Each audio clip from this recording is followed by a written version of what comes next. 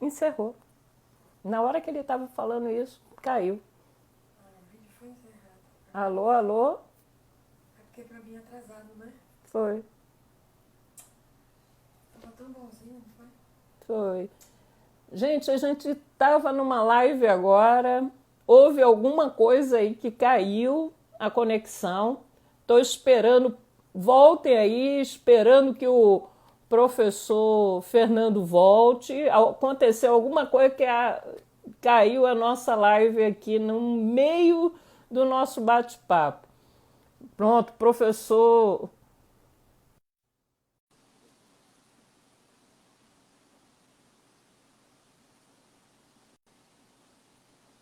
Voltei, Márcia. Caiu, rapaz, não sei o que que houve, caiu a nossa live aqui. Vamos lá. E aí, Márcia, eu falava das motivações, né? Intrínsecas, Exato. extrínsecas e transcendentais. E na motivação transcendental, eu costumo dizer assim, que a gente, professor, pelo menos, né? A gente é gestor, mas também é professor.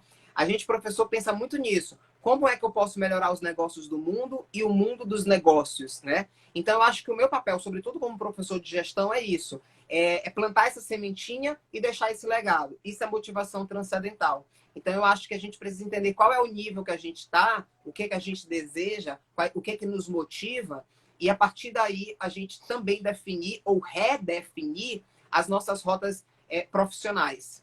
Exatamente. Quando o senhor traz essa questão, sabe, Fernando, do a motivação interna, eu digo assim, é justamente o propósito nosso, que é o que dá a energia para a gente, é o que dá o sentido do que a gente está fazendo. É aquela força que, mesmo diante de uma frustração que a gente passa na nossa vida, a gente cai, mas daqui a pouco é como se a gente se energizasse de novo e seguindo na nossa rota. Então, essa questão do dentro, dessa força interior. Aí eu te pergunto uma coisa: o que te levou a escolher a profissão de publicitário? Como foi? De repente, depois que o senhor fez, né, o autoconhecimento, como é que chegou nessa profissão? O que lhe inspirou dentro de ti? O que despertou o desejo de ser um publicitário? E, Márcia, eu acho que com 18 anos ninguém tem tanto autoconhecimento assim, né? Então, com 18 anos, eu acho que eu não tinha tanto autoconhecimento assim. Mas eu sempre me inclinei, né? Eu sempre me inclinei para comunicação, para criatividade. Eu sempre me inclinei. Na minha época de escola, eu fazia teatro, né? Então, eu sempre me inclinei para competências voltadas para a comunicação. E aí, eu acho que como toda pessoa de 18 anos, começou a ler sobre as profissões. E aí eu cheguei nas profissões de jornalismo e de publicidade. Eu disse, eu acho que eu me encaixo em alguma dessas, porque são. Eu acho que isso aí já é autoconhecimento, né, Márcia? Com certeza. Mas eu disse, É o ponto de partida. Olhar assim e falar assim, eu me é a identifico com sementinha. o quê? Eu me identifico com o quê? O que eu gosto de fazer? O que eu Pronto. faço que eu nem sinto o tempo passar? Né? Então, E já é uma busca justamente por isso. Né? É por isso que existem os orientadores profissionais. Mas Né? eu não cheguei a fazer Não foi, não? orientação vocacional, nada disso, não. Eu acho que eu sempre tive muita liberdade dentro de casa para escolher, né? Então, eu identifiquei, poxa, eu me inclino muito para comunicação, me inclino muito para criatividade. Sinceramente, na época eu não pensei em dinheiro, né? E aí eu disse, eu acho que eu posso gostar muito ou de jornalismo ou de publicidade. Aí vem o autoconhecimento de novo, mas eu acho que eu não quero aparecer na frente da televisão todo dia, porque na época eu pensava assim, jornalismo é para ir para televisão. E aí eu comecei com publicidade. E o engraçado, eu vou citar alguns nomes aqui que eu acho que você até conhece, você segue essas pessoas, né? Você é amiga dessas pessoas.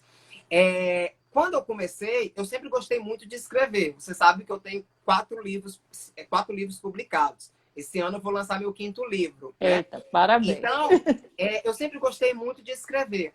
quando eu comecei o curso de publicidade, eu disse, poxa, eu quero ser redator publicitário, né?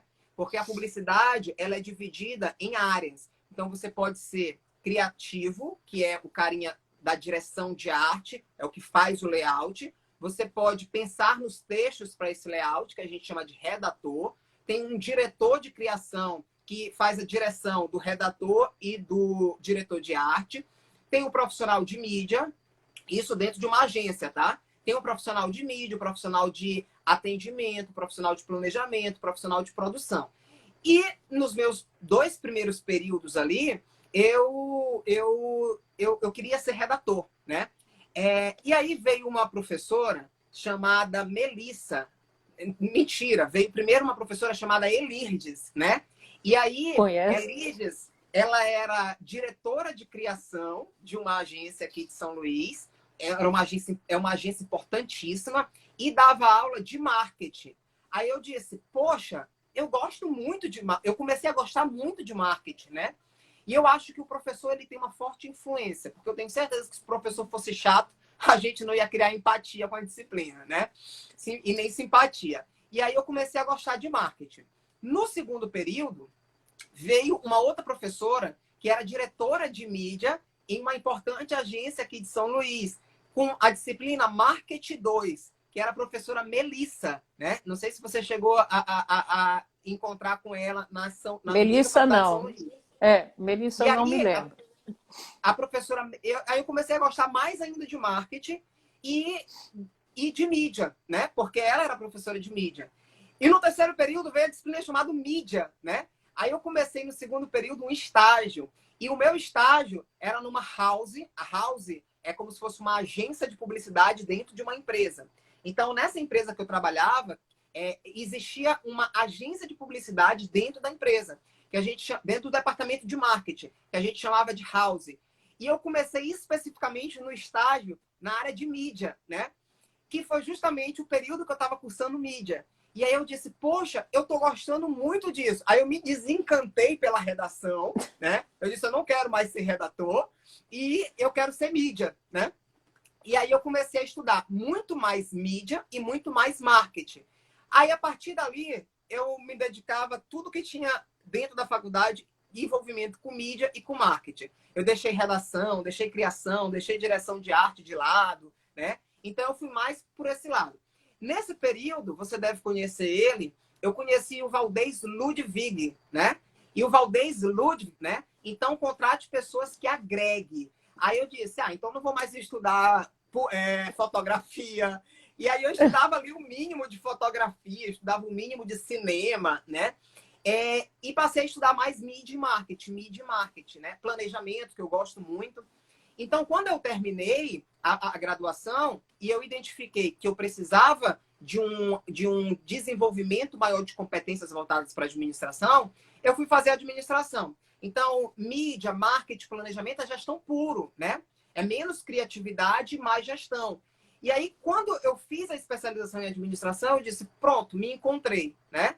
Me encontrei e aí eu passei a me especializar cada vez mais em marketing.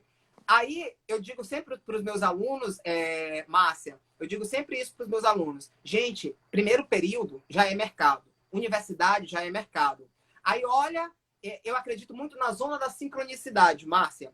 A zona da sincronicidade inclusive, uma teoria que a Leila Navarro, que é uma das maiores especialistas em gestão de pessoas aqui do Brasil, ela fala muito. Ela diz que quando você tem todas as competências e habilidades e você tem um cenário favorável, acontece uma zona da sincronicidade. Aí eu tinha todas as competências e habilidades na área de marketing, na área de mídia. E a professora Melissa estava saindo para o doutorado dela. Aí ela falou assim, Fernando, você não quer assumir minha disciplina de mídia? Eu disse, óbvio que eu quero, professora.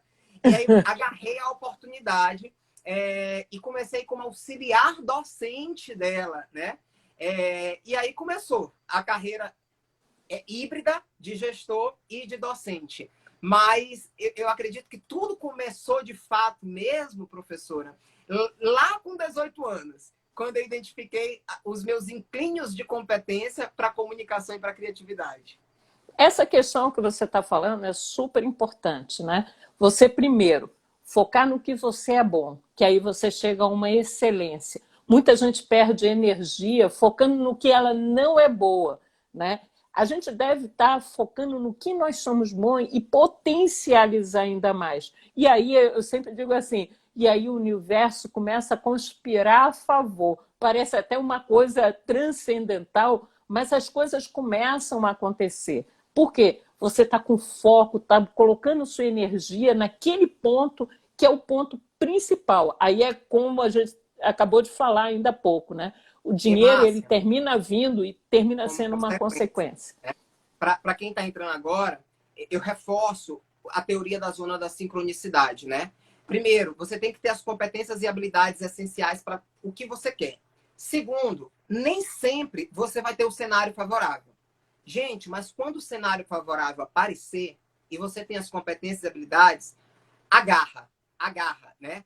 Com 21 anos, Márcia, eu morrendo de medo, eu assumi minha primeira posição de gestão, né? Então, eu era analista de marketing na Chevrolet. Eu tinha 1 ano como analista de marketing na Chevrolet. E o diretor chegou e falou assim, a gente precisa de um coordenador. A gente vai aumentar a nossa equipe e a gente precisa de um coordenador de marketing para coordenar o time e coordenar os fornecedores de publicidade e propaganda, né?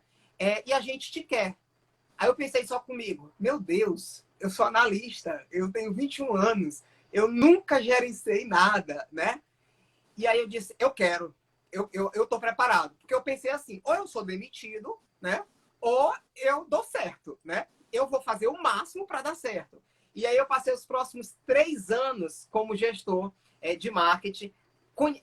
E aí, um outro ponto que é fundamental dentro da carreira, Márcia, na minha perspectiva, é o network, né?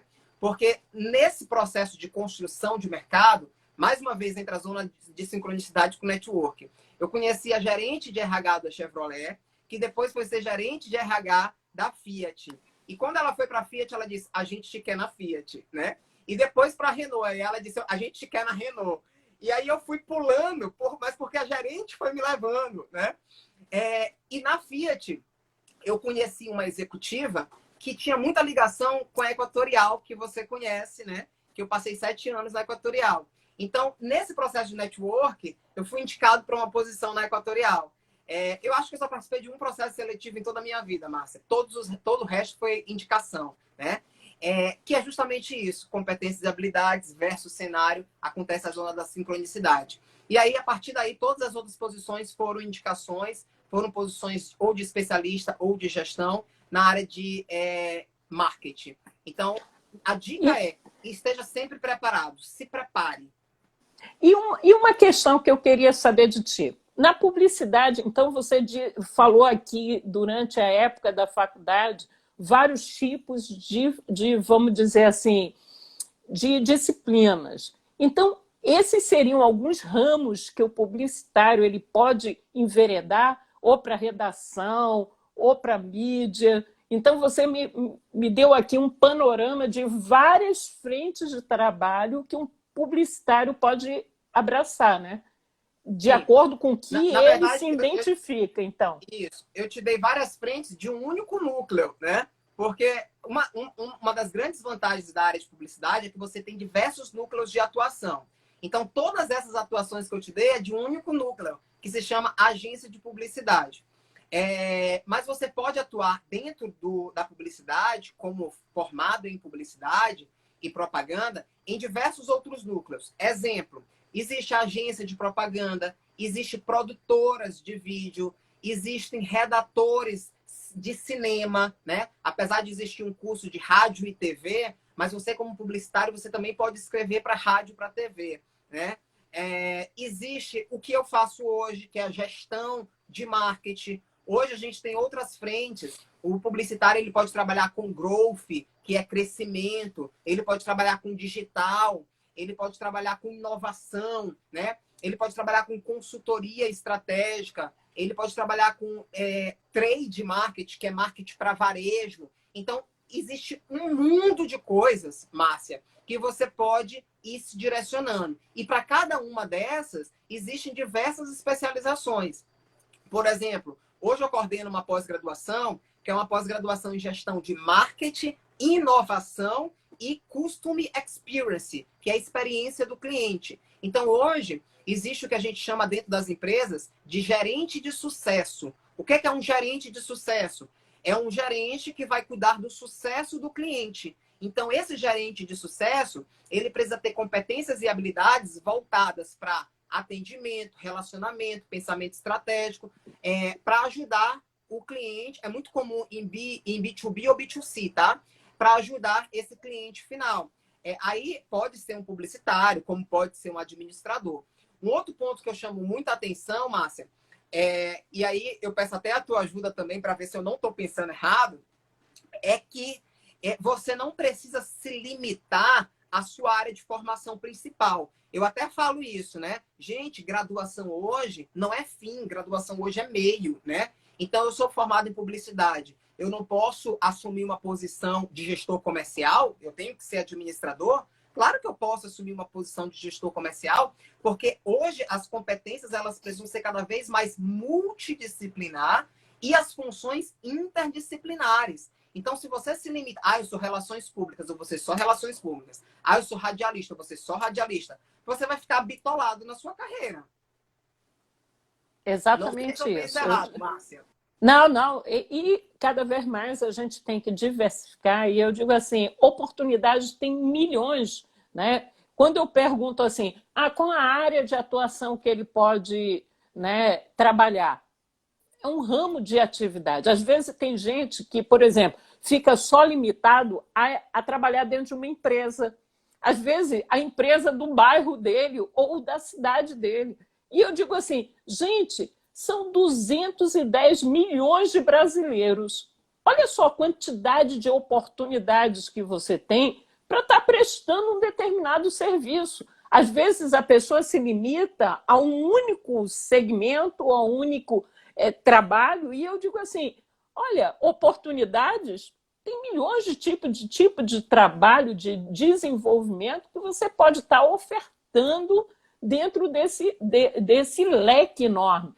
Por exemplo, nesse período da pandemia, tem gente que diz, encolheu tudo. Eu disse, depende, é relativo. Você pode, de repente, hoje você pode dizer assim, talvez hoje cresceu muito mais, expandiu talvez muito mais o leque das pessoas, até dentro de casa. O home office hoje você pode trabalhar para o mundo e não só para aquela empresa. Você pode estar trabalhando aqui e a empresa, sei lá, nos Estados Unidos. E uma coisa que a gente precisa ter consciência, Márcia, é que as profissões elas vão mudar, né? Inclusive existem estudos que mostram isso. Hoje um profissional com 18 anos que está estudando qualquer graduação que seja, estudos mostram isso, que ele vai mudar de profissão pelo menos 4 vezes. E aí, não é o emprego que vai acabar, são as profissões que vão mudar. A revista Época Negócios publicou ano passado que 54% das profissões hoje, só no Brasil, elas já podem sumir. Elas já podem ser automatizadas. Por quê? Porque robôs vão fazer essas funções muito melhores. Aí abre um parênteses. As pessoas vão ficar desempregadas? Depende, né? Porque as profissões, o emprego não vai deixar de existir. São essas profissões que vão acabar. E aí você precisa se reinventar. Aí você precisa desenvolver novas competências e novas habilidades. Eu uso uma técnica, Márcia, que eu, outro dia, estava escrevendo um texto, eu disse, essa técnica funciona. E aí eu escrevi esse artigo, que é o TTC, né? Eu digo assim, todo profissional, ele precisa trabalhar, enquanto ele estiver vivo e ativo no mercado, com o TTC. O que é o TTC, Márcia? Primeiro, eu preciso estudar constantemente novas teorias. Aquilo que eu aprendi lá na faculdade, hoje talvez não funcione mais. TTC, né? Primeiro, novas teorias. Segundo, eu preciso entender de novas tecnologias. Quais são as Essa live aqui a gente não imaginava em 2015, né? Então eu preciso entender novas tecnologias. E eu preciso estudar isso. E preciso entender quais são os novos comportamentos, que são as skills, né? Que a gente tanto fala hoje. Quais são os novos comportamentos que se quer hoje no mercado de publicidade, no mercado de administração, no mercado de contabilidade. Então, se eu levo isso para o resto da minha vida, eu consigo todo o tempo ser um profissional atualizado. Exatamente. Fernando, olha só, quando a gente fala assim, a parte técnica é a parte mais fácil de ensinar, né? É a parte mais simples de se ensinar, por mais complexa que ela seja. A diferença e o sucesso, e vamos dizer assim, quando eu falo em sucesso, a projeção dele para um futuro profissional são as competências comportamentais. Por quê? Algumas atividades realmente vão desaparecer, outras novas vão surgir. Talvez não na mesma quantidade que desapareceu no E passado. Márcia, Mas o que a gente precisa é justamente estar sempre antenado e se imagine só, Fernando, eu falei que eu tenho só de experiência e de formada, eu tenho 30 anos de formada. Imagine se eu tivesse parado nesse período dessa formação. Eita, e entrar em a declínio. conexão de... E entrar em declínio. Eu estaria fora do mercado. Sim. Por quê? Porque há 30 anos atrás as coisas aconteciam de uma forma totalmente diferente de hoje. Se eu não tivesse evoluído, né, ao longo da minha carreira, hoje eu seria o quê? Uma profissional obsoleta. Seria uma profissional que ninguém iria querer saber assim. Eita, hoje quando se fala em gestão de pessoas, as pessoas, quando falam no nome Márcia Lins, a pessoa lembra, epa, vamos perguntar a Márcia Lins essa questão? Por quê? Porque eu não fiquei parada ao longo dos anos. A mesma coisa, qualquer pessoa que está dentro do mercado, e o principal, trabalhar as habilidades comportamentais. Você falou do network, a importância das conexões com as pessoas, né? Importantíssimo. As pessoas vão divulgando o seu nome. Eu digo assim, o network ajuda a gente a poupar tempo. Eu não sei se você conhece ela, que ela também é uma gestora de RH, e é justamente a gestora de RH que me levou para vários locais, né? Hoje ela é gerente de gente da Caema, né? A Yara Carneiro, não sei se você conhece ela. A Yara, ela me falava Já ouvi falar dela. A Yara, ela me falava uma coisa que eu trago para minha vida. Quem está assistindo a gente, anota isso. Você é aquilo que você sabe versus quem você conhece, né? Então, quando você é muito bom tecnicamente e você tem competências socioemocionais associadas com network, você consegue chegar em qualquer lugar, você consegue ter acesso liberado em qualquer lugar, né? Então, eu acho que as competências socioemocionais, elas sempre vão ser muito mais importantes do que as competências técnicas. Uma coisa que eu falo para quem está iniciando carreira, Márcia, é que eu, em particular, eu não tenho esse background que você tem, né? Esse ano, especificamente neste mês, eu faço 10 anos de formado, tá? E aí eu tenho 14 anos de mercado. Mas eu falo assim, eu já vi muito talento bom tecnicamente, se perder por causa de comportamento. Se perder tanto na academia quanto no mercado corporativo. Por quê? Porque é muito bom tecnicamente, tem intercâmbio, fala duas línguas com fluência, mas na hora de uma crise, bate o pé. Na hora de uma crise, fica como um menino emburrado que não consegue gerenciar a crise, né? Então, não basta você ter competência técnica. Hoje, as competências socioemocionais é que vão te fazer ir mais longe. Então, o que você sabe versus quem você conhece, como você gerencia os seus relacionamentos, é que vai fazer total diferença, na minha percepção.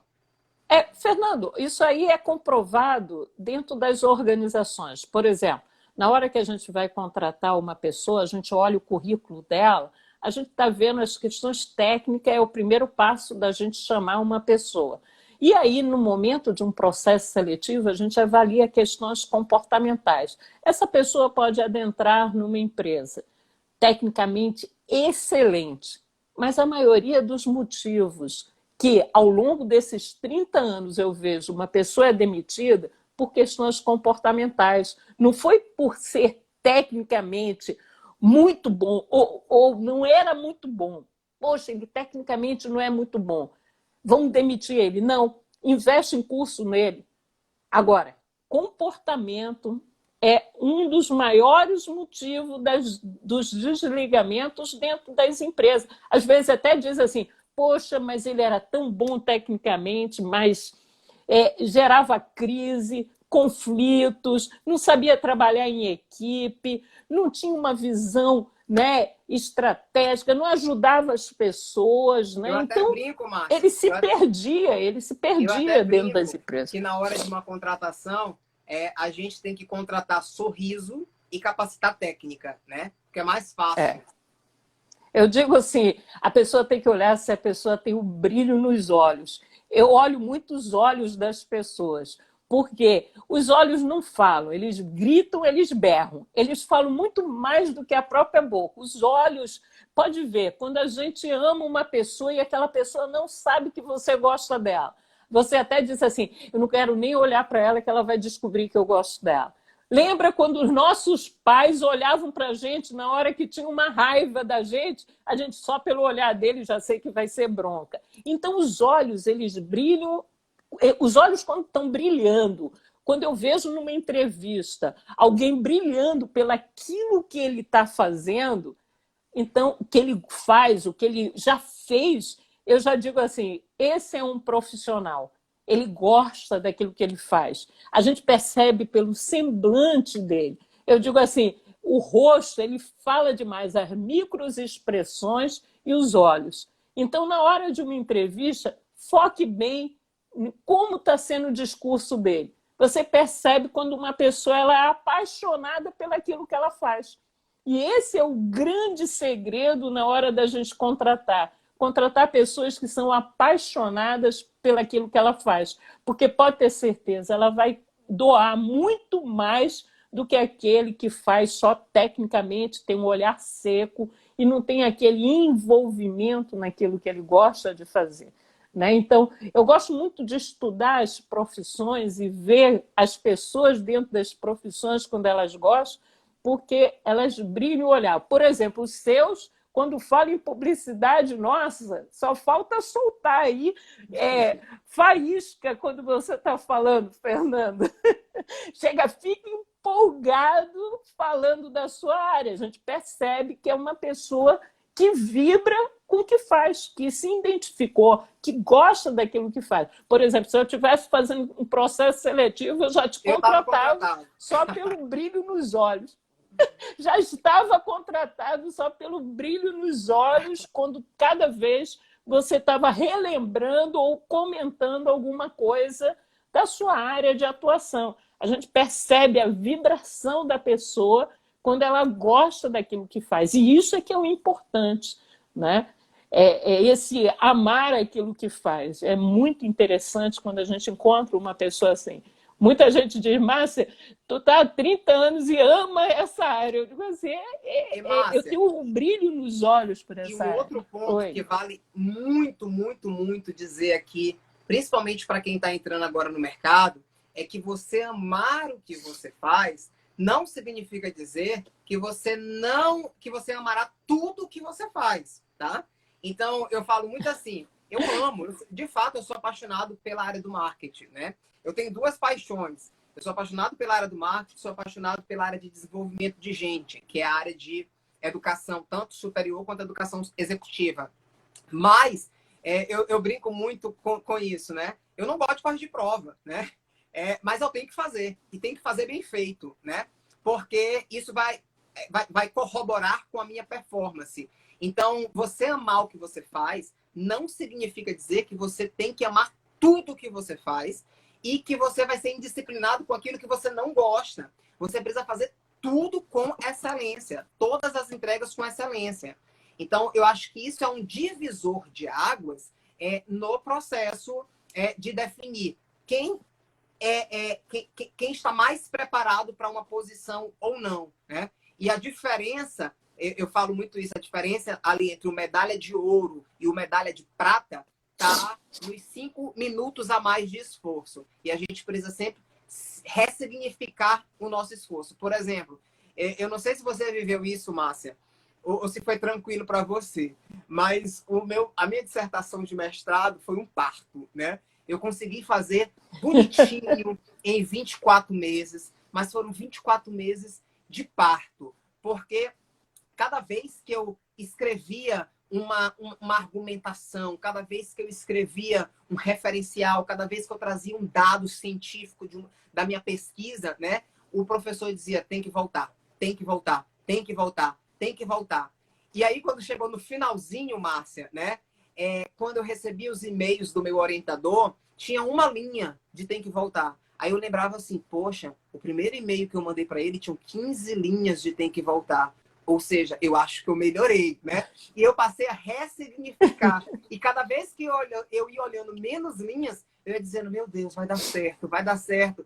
E eu ressignificava. Se no primeiro mês que eu tive vontade de desistir, eu desistisse, né? Eu talvez hoje não tivesse o desempenho mercadológico. E esse é um ponto importante trazer aqui para essa reflexão, sabe, Fernando?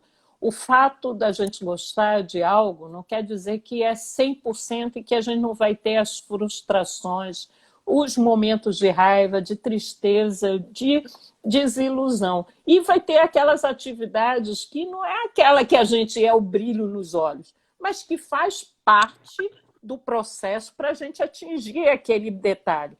É como eu digo assim, por exemplo, um médico. O médico, ele ama, vamos dizer assim, operar, ama cuidar de pessoas. Mas será que quando o telefone dele toca de madrugada, ele adora dizer, estão me chamando agora, eu vou lá, que coisa boa, que coisa boa. Com certeza que não. Mas quando ele entra em cena, pode ter certeza que transforma ele lá dentro no momento que ele percebe que aquela pessoa está precisando dele. É a mesma coisa, às vezes a gente vai entrar dentro de uma sala de aula e naquele momento você está sobrecarregado, está com suas pressões, os momentos, né, de tensão de vida, mas de repente quando você entra ali, você olha aquele ambiente e se transforma e se contagia e contagia as outras pessoas também. O Mário Sérgio Afinal de contas, somos seres humanos, né? Sim, temos sim. os direitos, as emoções positivas e as negativas, e isso faz parte, né? E aí a gente precisa botar numa balança e equilibrar. E aí, se ela está tendendo mais para esse lado, ok, por exemplo, em 30 anos, imagina, eu já tive muitas frustrações, muita raiva, muito desânimo, mas eu digo assim, quando eu olho para trás, eu digo, nossa, eu fiz o que eu realmente queria fazer. Eu estou fazendo o que eu gosto de fazer. Eu com 14 anos já tive muitas, imagina você com o dobro, né? Mas, Márcia, eu sempre falo assim, é um erro, tá? Das pessoas acharem que elas precisam estar sempre bem, é um erro das pessoas acharem que elas precisam estar sempre motivadas, é um erro das pessoas acharem que elas precisam ser sempre os super-heróis, né?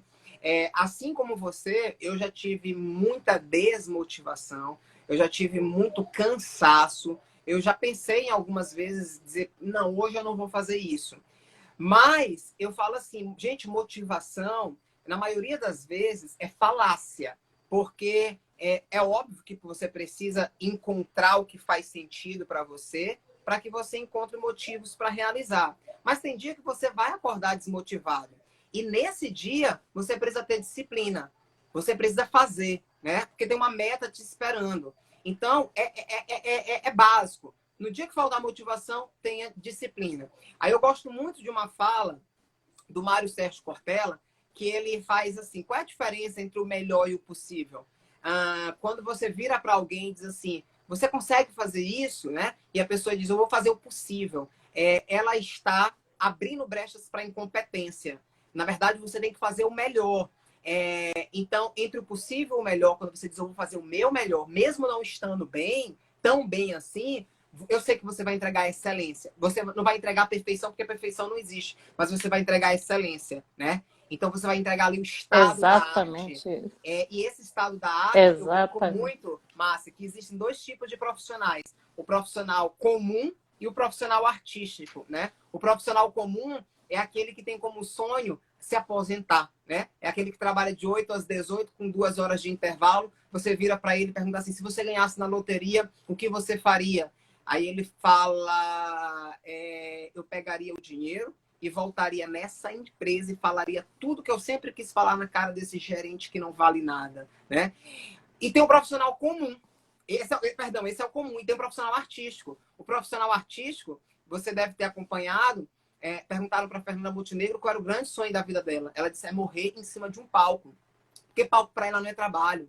A Beth Carvalho fez shows com a coluna dela, doendo, né? Fez shows deitada, 2 horas de shows deitada, porque palco para ela não era sacrifício. Palco para ela era excelência, né? Era missão, era propósito. Então, eu acho que para a gente ser um profissional artístico, um profissional diferenciado, e quando eu falo de arte aqui, eu não estou falando de arte voltada para teatro, para TV, não. Estou falando do estado da arte lá da administração, né? O estado da excelência operacional quando você entrega. Para você entregar excelência, aquilo precisa ser relevante para você, precisa fazer sentido e você precisa escolher o que você ama. Senão, não vai fazer nenhuma diferença no mercado. Exato. Exatamente isso. Nós já estamos chegando na nossa 1 hora, né, de live, né? E eu gostaria, passou rápido, né? Mesmo com nossas caídas aí, mas passou muito rápido esse momento. Eu gostaria que você me dissesse assim, qual a perspectiva que você vê desse profissional publicitário daqui para frente, o pós-pandemia? Márcia, eu vou pegar emprestado novamente o dado da revista Época Negócio, da revista Exame, que mostra que 54% das pessoas já podem ser substituídas por robôs, né? Eu escrevi um artigo faz mais ou menos um mês no jornal Imparcial. Ele está no Google. Se você jogar no Google, o título do artigo, para quem está assistindo a gente, é O Futuro do Futuro com o Covid-19. E aí, nesse artigo, eu falei assim, o futuro do futuro foi antecipado. A gente vai ter mais operações omnichannel, a gente vai ter mais e-commerce, a gente vai ter mais marketplace, a gente vai ter mais digital, a gente vai ter mais robô, mas vai ter uma coisa que o robô não vai substituir a gente. E essa uma coisa, Márcia, é eu olhar nos seus olhos e conseguir criar em total empatia e total rapport com você, com um atendimento humanizado. Então, uma máxima que eu gosto muito de utilizar se você não quer ser substituído por um robô, não se comporte como um. E o robô, a inteligência artificial, ela é dotada de inteligência humana. Quem dá inteligência para um bot, para quem não estuda robótica aí, quem dá inteligência para um robô é um ser humano. E esse ser humano, ele precisa ser dotado de emoções, criatividade, inovação, para que ele pense nas inovações que ele vai colocar na cabecinha do robô lá, na inteligência artificial. Então, esse profissional de publicidade, ele vai ter um amplo mercado, Márcia, para trabalhar com growth, que é crescimento, com inovação, com tecnologia, com inteligência artificial, com transformação digital, cada vez mais isso vai estar... E com experiência do cliente. Eu já ia esquecendo que eu atuo, né? Com experiência do cliente. Porque cada vez mais os clientes, eles vão estar mais exigentes e exigindo, inclusive, experiências, não importa se é no online ou se é no offline. Então, você cada vez mais vai precisar entender de gente, de cliente e de tecnologia. Eu acho que essas são as 3 frentes, aí, pelo menos para os próximos 10 anos, para esse profissional de publicidade. Certo. Bem, eu só tenho a agradecer, né, a sua presença aqui para contribuir, né, com essa campanha que eu estou fazendo para ajudar as pessoas a conhecer um pouco mais as várias profissões que existem. Quem sabe se numa dessas lives a gente está ajudando as pessoas a descobrir, né? Eita, é esse ramo que eu quero seguir, é essa área que eu quero me aperfeiçoar, né? Então, o intuito dessa live é justamente isso, ajudar as pessoas que ainda não escolheram, vamos dizer, um jovem, um adolescente, que é a primeira vez que ele está buscando, né, um ramo para seguir, como também aquele profissional que está querendo fazer uma transição de carreira, que ele está numa carreira e que ele talvez chegou ao limite dele, ou ele está querendo agregar, né, diante desses bate-papos. eu espero ajudar muitas pessoas. Tanto para quem está assistindo a gente agora, ou que já passou aqui pela live, mas para aqueles também que vai ficar lá salvo, né? Tanto aqui no Instagram, quanto também lá no YouTube, né? Então, quem quiser, depois eu coloco até com título, né? Quinta das Profissões Publicitário, porque aí a pessoa vai lá no YouTube, escuta, assiste, faz a sua reflexão. Então, o intuito desses bate-papos é justamente esse: poder ajudar as pessoas, contribuir com as pessoas, né? Pegando profissionais com as diversas experiências, né? E eu estou escolhendo aqueles que têm amor pelaquilo que fazem, para justamente poder repassar, vamos dizer assim, como ele vê a profissão e o que ele está percebendo que vai vir aí pela frente diante dessas várias mudanças, né, que estão acontecendo dentro do mercado. Então, eu só tenho a agradecer. Essa próxima, daqui para o final do mês, eu ainda vou ter um advogado e uma enfermeira. O próximo vai ser uma enfermeira. Ela vai trazer aqui as experiências dela, vai falar o que ela faz. É até bom, diante desse momento, né, que a gente viveu, foram profissionais que atuaram na linha de frente, né, e vão trazer as suas, vamos dizer, as suas visões do como é ser o enfermeiro, né? E o advogado também. Eu acredito que eu quero contemplar todas as profissões em todas as quinta-feiras. Então, eu agradeço muito, sabe, Fernando, você ter aceito prontamente o convite para estar aqui com a gente. Tá certo? Muito obrigada mesmo. Eu que agradeço, Márcia. Parabéns por essa iniciativa. Eu tenho absoluta certeza que está ajudando muita gente, sobretudo nesse momento, ou para escolher a carreira ou para fazer transição de carreira. E para deixar um recado final, é que independente da carreira que você quer fazer transição ou da carreira que você quer seguir, a gente pode ser o que a gente quiser. A gente só não pode ser medíocre. A gente só não pode ficar na média, né? A gente tem que fazer o nosso melhor. Muito obrigado, Márcia. Obrigada também, agradeço a todos que estão aqui e os que vão vir por aí assistir a gente. Já deixo o agradecimento. Tá certo? Muito obrigada aí. Tchau, tchau. Tchau, tchau.